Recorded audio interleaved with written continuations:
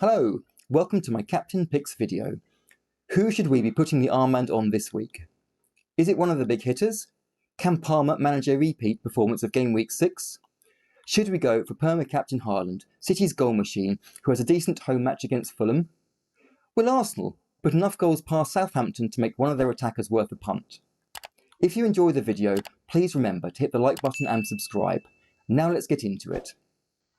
Let's kick it off with the most owned and highest scoring player in FPL so far, Erling Haaland, aka the Robot. His stats look just great, a massive 1.03 expected goals per 90. He's just always scoring.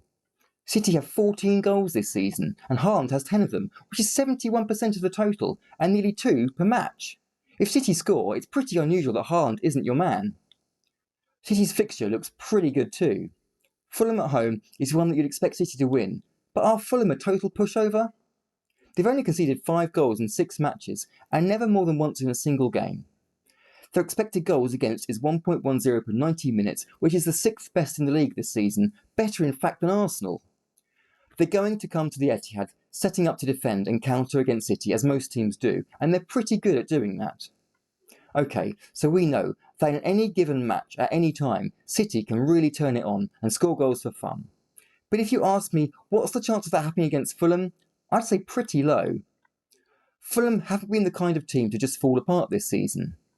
If you look at the odds on the number of goals City score this week, they're minimally edging on the side of 2 or under, and I have to agree. The betting sites don't usually tend to be too far out. So 1 or 2 returns for Haaland seems reasonable to guess at. That's pretty safe for a captaincy pick, and he'll be the most popular captain this week, like most other weeks. Cole Palmer had a stunning game last week and returned 25 points. Anyone who didn't will clearly have wished they had him. His stats also make great reading, 0.66 expected goals per 90 and 0.30 expected assists. Of Chelsea's 17 goals this season, he's scored 6 and assisted 4, so he's been involved in 59% of Chelsea's total goals, another significantly high figure. 6 goals in 6 games for him is massive, but it's only 35% of Chelsea's total output. On average, if City get 3, you'd expect him to find the net once. Lower than I expected, really. Chelsea play at home to Forest this week. It's a green fixture on the ticker, but Forest are a hard side to break down. They've had 2 clean sheets this season so far, and like Fulham, only conceded 5 goals. Their expected goals conceded is much better though, only 0.88 per 90. That is really impressive, and only bettered by Liverpool and City. You don't go out and thrash Forest. Just ask Liverpool after they left Anfield with a 1-0 win in game week 4. I'm not surprised to see the market setting Chelsea as favourites to beat Forest at Stamford Bridge this week, but when it comes to the odds on the number of goals Chelsea might score, their prediction is significantly in favour of 2 or lower. So much so that the odds on them scoring 1 is very similar to them scoring 3, so let's trust the bookies again and imagine Chelsea get a couple. I actually think this is a bit optimistic, but if they get 2, with a 59% likelihood of being involved, you could imagine Palmer getting a goal or an assist, probably not both. For me, it's pretty clear straight away that Haaland is streets ahead of Palmer as a captaincy choice this week. Let's put him up against Salah now. He has been Liverpool's main man again this season, with stats of 0.64 expected goals per 90 and 0.23 expected assists. He's scored 4 goals and had 5 assists from Liverpool's 12 goals this season, meaning Salah has had a part in 75% of them, topping Palmer and even Haaland. It's a huge percentage, and unsurprisingly, every game Liverpool have scored in, he's had an attacking return. Next up for Liverpool is Palace away. Palace have 1.51 expected goals against per 90 this season, and really haven't looked very strong defensively at all. Compared to Forest, they're not in the same league, but the odds for Liverpool to win and for the number of goals scored is almost identical for those of Chelsea. Liverpool likely to win without it being guaranteed, and most likely to score 2 goals according to the bookies.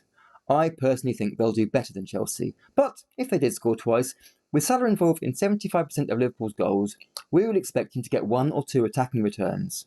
That's pretty much the same as Haaland. In reality, that suggests there is very little between Salah and Haaland as captaincy options, and in this instance luck would determine which has the better week.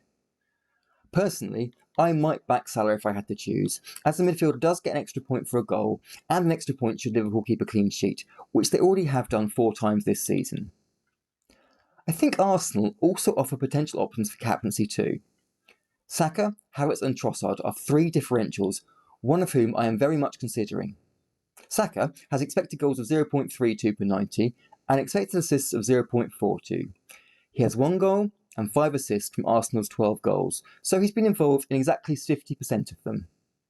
Havertz's stats are 0.59 expected goals per 90 and 0.03 expected assists. He has 3 goals and 1 assist in his 6 games so far.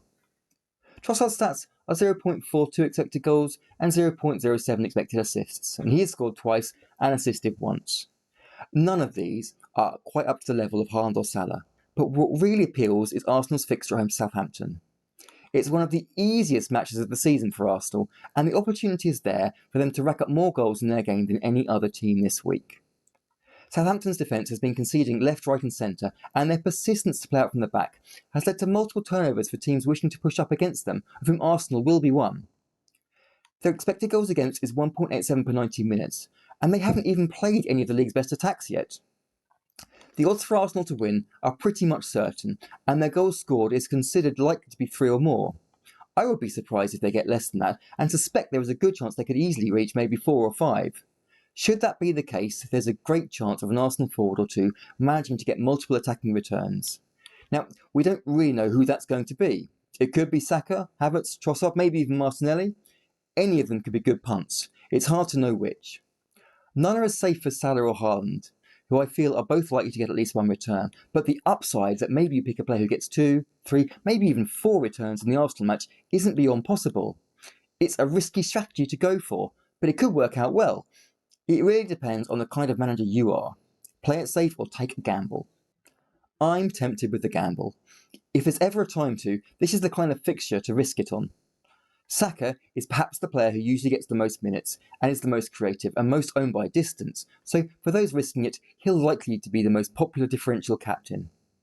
As for me, I'm a Trossard owner, and if he plays up front as he did against Leicester last week and gets as many chances too, then he's got a good chance of putting the ball into the back of the net more than once. I'm not quite decided yet. As I've said, it's a risky strategy, but currently the armband in my team sits on Trossard. I hope I don't bottle it. That's all for now. I hope you found this video helpful, and as always, please hit the like button and subscribe if you enjoyed it. See you for the next one.